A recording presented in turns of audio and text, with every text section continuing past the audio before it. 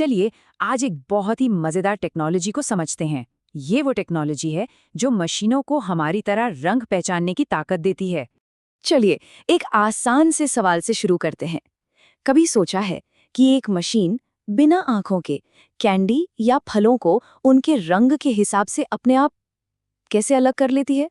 इस सवाल का जवाब अक्सर इस जैसे एक छोटे से लेकिन बहुत ही कमाल के डिवाइस में छिपा होता है।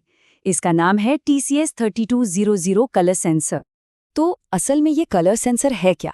देखिए, इसे आप एक तरह का ट्रांसलेटर या अनुवादक समझ सकते हैं। इसका काम है रोशनी को लेना और उसे एक ऐसी भाषा में बदलना जिसे कोई कंप्यूटर या मशीन समझ सके।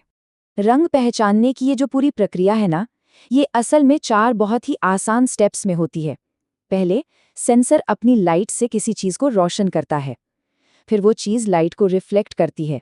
सेंसर उस रिफ्लेक्ट हुई लाइट को मापता है और आखिर में सारी जानकारी आर्डिनो को भेज देता है। इससे समझने का एक बहुत अच्छा तरीका है। सोचिए, ये सेंसर बिल्कुल हमारी आंख का एक सिंपल वर्जन है। जैसे हमारी आंखों में सेल्स होते हैं, वैसे ही सेंसर में फोटोडायोड्स होते हैं। और जैसे हमारा दिमाग सिग्नल समझता है, वैसे ही आर्डिनो इन सिग्नल्स को समझता है। ठीक है, तो चलिए थोड़ा और करीब से देखते हैं। अगर हम इस चिप को जूम करके देखें तो हमें छोटे छोटे लाइट कैचर्स का एक ग्रिड दिखाई देता है। इस ग्रिड में कुल 64 फोटोडायोड्स हैं। इनमें से 16 सिर्फ लाल रंग की रोशनी पकड़ते हैं, 16 सिर्फ हरे रंग की और 16 सिर्फ नीले रंग की। बाकी बचे 16 पर कोई फिल्टर नहीं होता, वो बस रोशनी की चमक को मापते हैं। अब सबसे दिलचस्प हिस्सा आता है कि सेंसर जो कुछ देखता है उसे बताता कैसे है।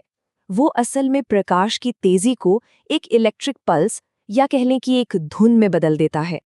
और बात बस इतनी सी है, सेंसर एक तरह से धुन या ताल की भाषा में बात करता है। जितनी तेज धुन, उसका मतलब होता है कि रंग उतना ही गहरा या चमकदार है। चलिए अब थ्योरी से बाहर निकलकर देखते हैं कि असल दुनिया में फैक्ट्री से लेकर लैब तक ये टेक्नोलॉजी कहाँ कहाँ काम आती है। रंग पहचानने की ये जो साधारण सी काबिलियत है ना, ये असल में बहुत सारे बड़े और ज़रूरी कामों के दरवाजे खोल देती है। जैसे ऑटोमेटिक मशीनों में छटाई करना, पेंट के कलर मैच करना, यहाँ तक कि मेडिकल टेस्ट में भी इसका इस्तेमाल होता है। और यहाँ देखिए, ये कितना शानदार लग रहा है। सेंसर पहले हरी सतह से रिफ्लेक्ट हो रही लाइट को मापता है और फिर लाल वाली से। इसी तरह वो रंगों में फर्क पता करता है।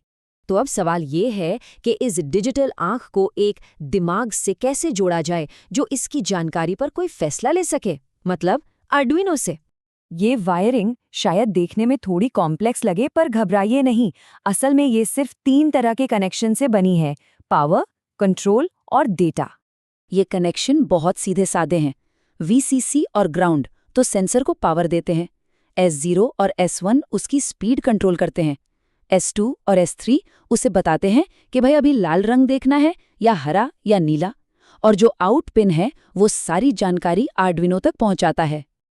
और जब हम आर्डुइनो का कोड देखते हैं तो उसमें हर रंग की धुन या ताल को सुनने के लिए एक बहुत ही सिंपल सी कमांड इस्तेमाल होती है।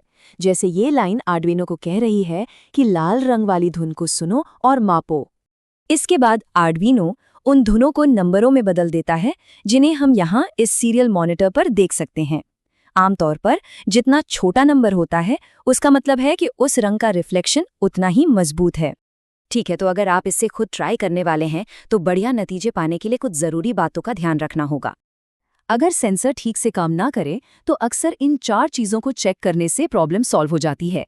सेंसर की सतह साफ है या नहीं, वायरिंग सही है या नहीं, सेंसर और ऑब्जेक्ट के बीच की दूरी ठीक है, और आसपास की रोशनी एक जैसी है या बदल रही है।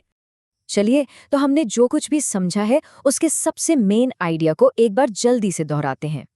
मतलब एक मुश्किल दिखने वाला काम असल में एक बहुत ही सरल प्रक्रिया में बटा हुआ है। सेंसर बस रंग को लाल, हरे और नीले रंग में तोड़ता है, उनकी चमक को मापता है और उस चमक को एक खास धुन के रूप में आगे भेज देता है। और ये हमें एक आखिरी सवाल पर लाके छोड़ देता है। सोचिए, अगर एक साधारण सा सेंसर ये कर सकता है तो हमारी और कौन-कौन सी इंद्रियों की नकल करके मशीनों को हमारी दुनिया बेहतर ढंग से समझने में मदद की जा सकती है।